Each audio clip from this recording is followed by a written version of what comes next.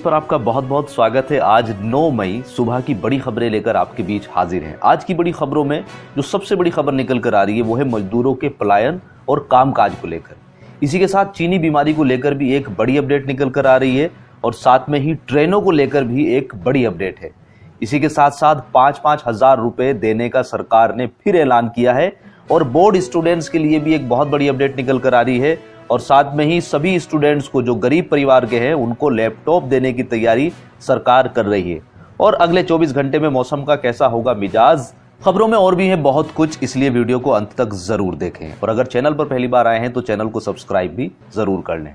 दोस्तों आज की सबसे बड़ी खबर जो है वो महाराष्ट्र के औरंगाबाद की है, लेकिन ये खबर दोस्तों मैं आपको सबसे लास्ट में बताऊंगा क्योंकि ये खबर आंखों में आंसू ला देने वाली है कि इस खबर को सुनकर हर आदमी का मन जो है वो विचलित हो जाने वाला है।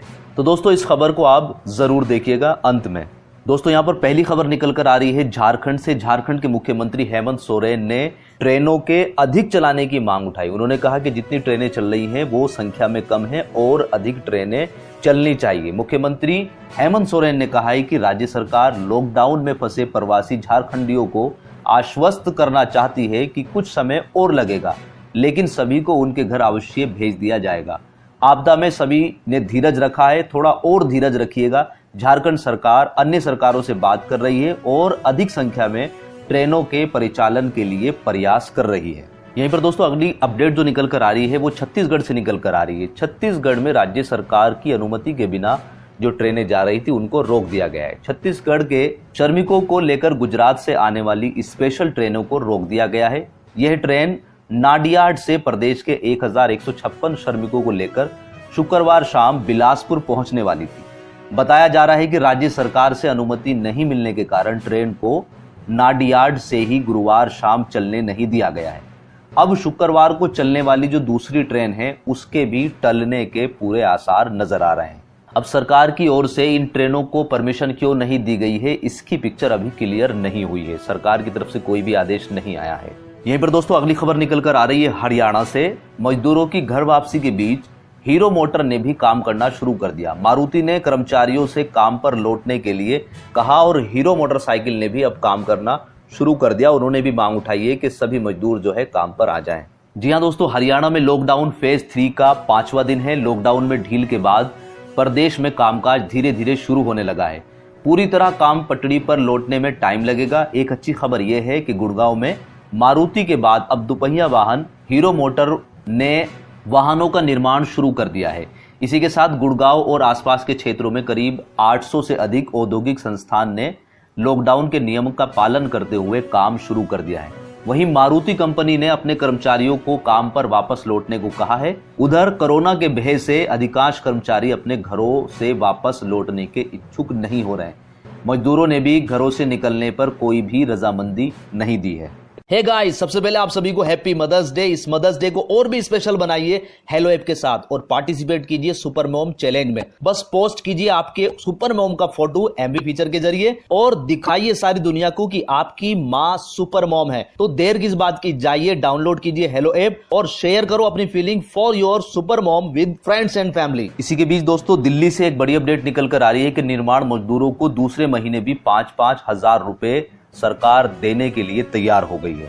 जी हां दोस्तों, लॉकडाउन की अवधि बढ़ने के बाद करीब 1.5 महीने से निर्माण मजदूरों का कामकाज बिल्कुल ठप पड़ा हुआ है, जिसके मद्देनजर दिल्ली सरकार दूसरा पैकेज लेकर आ रही है। सरकार की ओर से दूसरे महीने निर्माण मजदूरों को 5,000 रुपए देने की योजना है। अधिकारियों का कहना है कि जल्द ही इस योजना को लागू कर दिया जाएगा। इसका फायदा दिल्ली के करीब 40,000 मजदूरों को होने वाला है। तो सरकार अपनी तरीके से दावे कर रही है, लेकिन ग्राउंड पर एक्चुअल में क्या हो रहा है वो आप लोग ही बता सकते हैं। तो दोस्तों आप मुझे बताइएगा कमेंट करके कि क्या दिल्ली में पहले वाले पैकेज का आपको लाभ मिला है। और इसी के साथ दोस्तों आप मेरे साथ टेलीग्राम पे भी जुड़ जाइएगा, क्योंकि वहां पर हम आप लोगों की समस्याओं को सही प्रकार से जान पाएंगे और जो भी लेटेस्ट अपडेट्स मिलती रहेंगी दिन में वो आप लोगों को प्रोवाइड करते रहेंगे। तो दोस्तों टेलीग्राम के ग्रुप का जो लिंक है वो नीचे डिस्क्रिप्शन में, उस पर क्लिक कर वहां पर आप ज्वाइन कर सकते हैं। इसी के बीच दोस्तों यूपी के मुख्यमंत्री योगी आदित्यनाथ ने प्रवासी श्रमिकों के साथ सम्मानजनक व्यवहार करने के निर्देश दिए हैं। जी हां दोस्तों, मुख्यमंत्री योगी आदित्यनाथ ने दूसरे राज्यों से आने वाले प्रवासी कारीगरों मजदूरों के साथ सम्मानजनक व्यवहार करने के निर्देश दिए हैं। उन्होंने कहा है कि राज्य सरकार सभी प्रवासी कामगारों को सुरक्षित वापसी के लिए कार्य कर रही है। उन्होंने निर्देश दिया है कि संबंधित राज्यों से प्रवासियों की सूची प्राप्त की जाए, यह सुनिश्चित किया जाए कि कोई भी व्यक्ति अवैध रूप से प्रदेश में प्रवेश ना करे। अगली अपडेट जो है वो बोर्ड परीक्षा देने वाले 10वीं और 12वीं के सीबीएसई के स्टूडेंट्स के लिए है। सीबीएसई की जो अगली परीक्षाएं हैं, जो जिनकी परीक्षाएं रह गई थी, वो 1 से 15 जुलाई तक होने वाली है। ये मंत्री साहब का आदेश है। जी हाँ दोस्तों, लंबे समय के इंतजार के बाद सीबीएसई बोर्ड 12वीं और नॉर्थ ईस्ट दिल्ली में सीबीएसई 10वीं की शेष परीक्षाएं की तिथि जो है वो 1 जुलाई से 15 जुलाई के बीच आयोजित की जाएंगी। सीबीएसई की शेष परीक्षाओं की तिथियों का ऐलान करते हुए केंद्रीय मानव संसाधन मंत्री डॉक्टर रमेश पोखरियाल निशंक ने विद्यार्थियों को शुभकामनाएं भी दी। तो यहाँ पर जिन बच्चों की परीक्षा नहीं हुई थी वो 1 जुलाई से 15 जुलाई के बीच उनकी परीक्षाएं होने वाली है। तो अभी से वो तैयारी में लग जाइएगा। हमारी बेस्ट विशेष जो है आप लोगों के साथ में है। इसी के बीच स्टूडेंट्स के लिए पंजाब से एक बड़ी खबर निकल कर आ रही है कि जो बच्चे 10वीं क्लास में हैं, अब उन्हें बिना परीक्षा के ही प्रमोट कर दिया जाएगा। अब उनको देखना होगा कि प्री बोर्ड में अगर उनका रिकॉर्ड अच्छा है तो उसके आधार पर उनको प्रमोट कर दिया जाएगा। पंजाब में 10वीं के बच्चे प्री बोर्ड की परफॉर्मेंस पर ही प्रमोट किए जाएंगे। इसके लिए पंजाब एजुकेशन बोर्ड के 10वीं के छात्रों को लिखित परीक्षा नहीं देनी पड़ेगी। प्री बोर्ड परीक्षा की परफॉर्मेंस के आधार पर ही उन्हें प्रमोट कर दिया जाएगा। यह घोषणा पंजाब के मुख्यमंत्री कैप्टन अमरिंदर सिंह ने की है। साथ में ही सरकार ने यह भी बोला है, मुख्यमंत्री ने यह भी बोला है कि सीबीएसई के अंतर्गत कक्षा 11वीं और 12वीं के विद्यार्थियों को लेकर सरकार वही निर्णय करेगी जो केंद्र कहेगा। तो यहाँ पर 10वीं के छात्रों के लिए ये बहुत बड़ी अपडेट है कि उनको परीक्षा नहीं देनी पड़ेगी। अब बिना परीक्षा के ही वो आगे अपनी प्री बोर्ड के अकॉर्डिंग जो है प्रमोट कर दिए जाएंगे। दोस्तों यहाँ पर स्टूडेंट्स के लिए एक और अपडेट निकल कर आ रही है। जैसा कि आपको पता ही है कि चाहे वो प्राइवेट स्कूल हो, चाहे आज के टाइम में सरकारी स्कूल हो, सबके सब ऑनलाइन क्लासेस का प्रबंध कर रहे हैं। लेकिन उन बच्चों का क्या होगा जिनके पास ना तो मोबाइल है और ना ही लैपटॉप है, तो वो किस तरीके से ऑनलाइन क्लास को अटेंड करेंगे? इसी को लेकर गरीब बच्चों को फ्री लैपटॉप और फोन देने के लिए दिल्ली हाई कोर्ट में PIL दायर कर दी गई है। जी हाँ दोस्तों, दिल्ली हाई कोर्ट ने शुक्रवार को केंद्र और आम आदमी पार्टी सरकार से एक जनहित याचिका का जवाब देने को कहा है, ताकि गरीब बच्चों को मुफ्त लैपटॉप, टैबलेट या मोबाइल फोन उपलब्ध कराने के निर्देश दिए जा सके, जिससे कि वे लॉकडाउन के दौरान ऑनलाइन क्लासों में इनका उपयोग कर सके। तो यहाँ पर दिल्ली हाई कोर्ट ने केंद्र सरकार और राज्य सरकार दोनों से इसका जवाब मांगा है और दोनों सरकारों को मिलकर इन बच्चों के हित में सोचना पड़ेगा। या तो इनको लैपटॉप और फोन प्रोवाइड करना पड़ेगा या कोई और समाधान निकालना पड़ेगा। यहीं पर दोस्तों अगली खबर निकल कर आ रही है महाराष्ट्र से। महाराष्ट्र के मुख्यमंत्री उद्धव ठाकरे ने औरंगाबाद की घटना पर दुख जताया है। उन्होंने कहा है कि मजदूरों की मौत से मैं बहुत आहत हूँ। मैं मजदूरों को आश्वासन देता हूं कि सरकार उनके साथ है। हम बस और ट्रेनों की व्यवस्था कर रहे हैं, उनके रहने और खाने की भी हम व्यवस्था कर रहे हैं। मजदूरों को परेशान होने की जरूरत नहीं है, वे पैदल अपने राज्य के लिए ना निकलें। उद्धव ठाकरे ने कहा है कि 2-3 दिनों से मुंबई को लेकर कई तरह की अफवाहें चल रही हैं।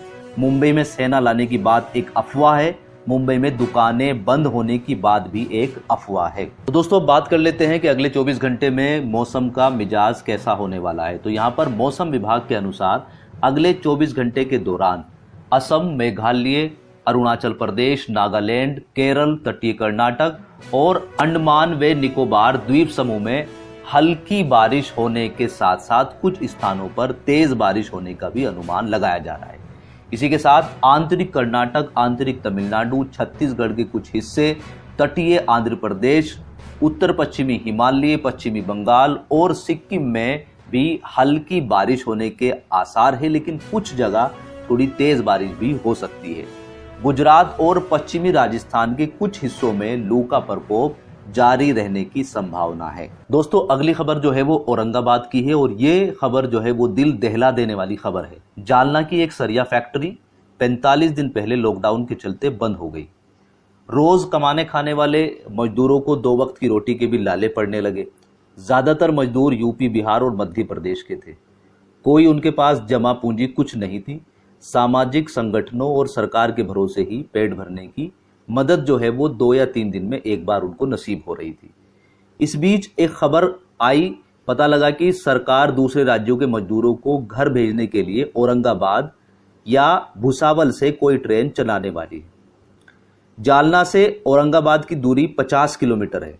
मध्य प्रदेश के 20 मजदूर रेलवे ट्रैक के सफर पर निकल पड़े।